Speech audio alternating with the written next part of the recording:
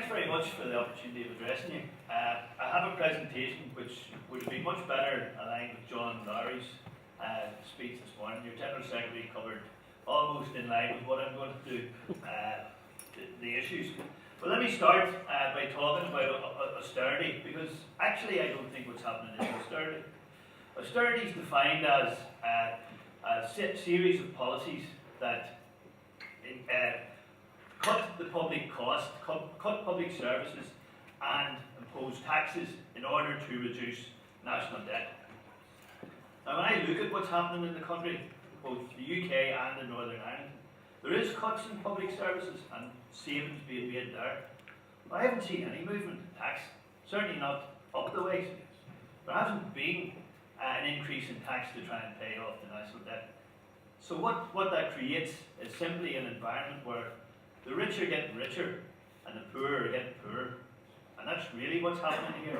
Don't misunderstand. Everybody's comfortable with the word austerity, and we all think, oh, well, it's no. And I was watching to see when it came out first here, and Lily said, there's no money.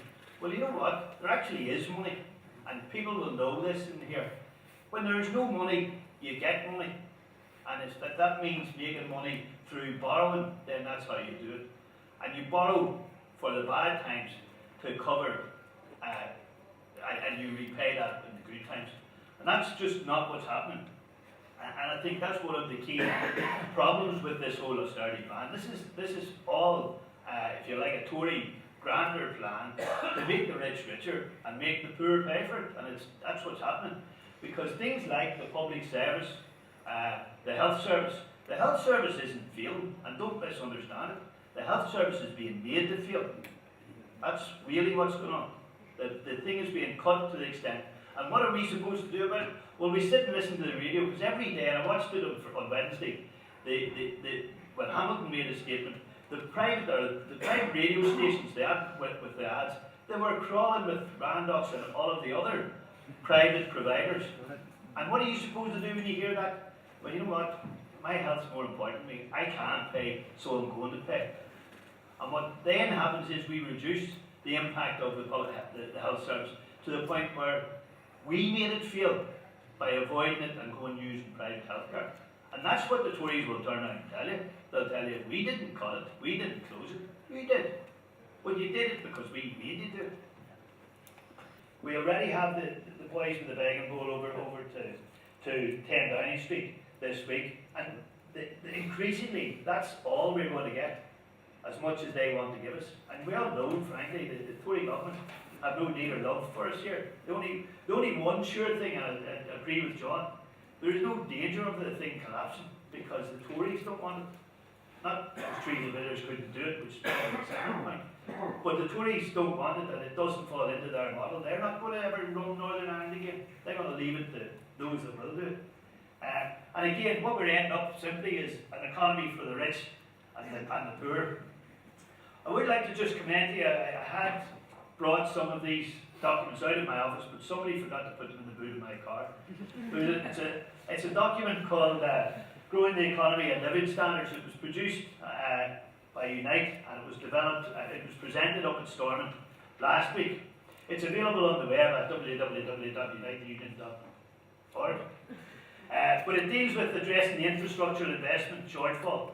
It deals with a new approach to growing the business economy, promoting wage-led economic growth, and addressing the funding shortfall. It puts up some ideas, and perhaps this party ought to be working on developing the same thing. An answer to what's going wrong and what we need to do to put it right. And as I say, I would commend it to you. I'll leave one copy here, and anybody wants them, I can get more copies for you. And then just one last thing. What we really need in all of this is a political will, an agreement, and stability up on the hill in order to achieve any or all of what I've been talking about. We need politicians to focus on peace, work, and progress. Everybody remember that? Peace, work, and progress, not petty, outdated sectarianism and self-preservation that we witnessed over the last months. So I hope those thoughts will provoke some further discussion. Thank you. First of all, I want to thank Kevin for his, as is usual, stimulating contribution to this particular issue, and I just want to make a few interventions on behalf of the party. First of all, as Kevin has pointed out, many of the points that perhaps arise under this were already alluded to by John in his presentation in relation to the Stormont House Agreement. And indeed, as Lily has said, if people read the comprehensive response to the programme for government submitted by the party, it's also useful, I think, as well, to see where our position is. The gap between rich and poor grows relentlessly wider. Independent research has ranked our society as one of the most unequal in the developed world. From the day we are born, our lives are shaped by differences in family wealth, land or property ownership. One half of the population owns 9% of household wealth, while the other half owns 91%. The 5 richest families in the UK are wealthier than the entire bottom 20% of the population. Income differences between top earners and those on the lowest wages are now higher than at any time since records began. Scientific analysis indicates that people who live in unequal societies have poorer health than those who live in societies where wealth is more evenly distributed. Private capital tends to become concentrated in few hands. As a result, there is an oligarchy of private capital that wields enormous power which cannot be effectively checked, even by a democratically organised political society. This is true since the members of legislative bodies are selected by political parties, largely financed or otherwise influenced by private capitalists. We cannot rely on any of the parties, and I repeat that, any of the parties in Stormont to protect the interests of working people. The global systemic crisis of capitalism continues. Capital has sought to place the burden of the economic crisis on the working class through this programme of austerity. The working class has experienced and continues to experience a deterioration in working conditions in which wages have been forced down in real terms, pension benefits have been decimated, labour has been casualised through compulsory part-time, temporary and agency working, social dumping and the massive increase in precarious work. And health, education and social welfare services are consistently attacked. The Workers' Party will continue its work on behalf of all workers in this society. We will not be dissuaded by sectarian division or sidetracked by those who would wish to pit worker against worker on grounds of race or any other spurious ground. To the workers, to those in work and the unemployed, to the young, to the older generation, to the sick, to the poor, to those seeking refuge, we say, we are with you. We will not fail you.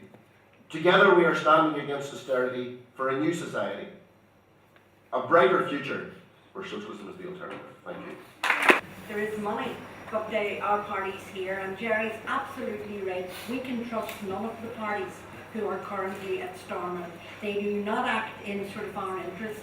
They want to abolish the health service, the education service, the housing executive, and all of the things that are socialism intention they want to abolish. And I just leave you with this final thought, and it's probably opportune given that we're moving up to Remembrance Day, etc.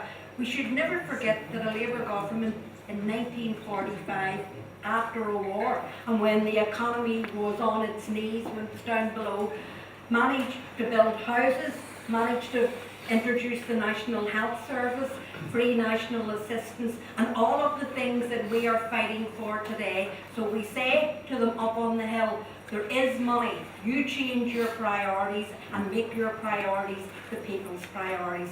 Can I thank you? Yes, it's been an excellent morning so far. Some interesting debates on racism, sectarianism, homophobia and austerity, of course, which is one of the main topics that the conference is based on. Augurs well for this afternoon. Extremely looking forward to particularly the debate and discussion on integrated as opposed to shared education. As a pupil of integrated education, I'm looking forward to the afternoon session on the difference between shared, or how that's being sold to us, and the real deal integrated education. This morning I have found the conference very educational, and I found out a lot of things that I wasn't aware of, and I'm looking forward to this afternoon. Yeah, the conference is going very well. The subjects are very relevant, and we're putting it forward fairly well. let's hope this evening is as good as this morning. So we'll keep it going. We're just here today at the Lansdowne Hotel for the Workers' Party Northern Conference. It's half time at the moment, but it's, you know, the morning session was full of stimulating debate. Some really prudent points were raised. Just hope we can keep up the momentum for the afternoon session. Hopefully we can get some plans and some good political action coming out for the coming weeks, months and years.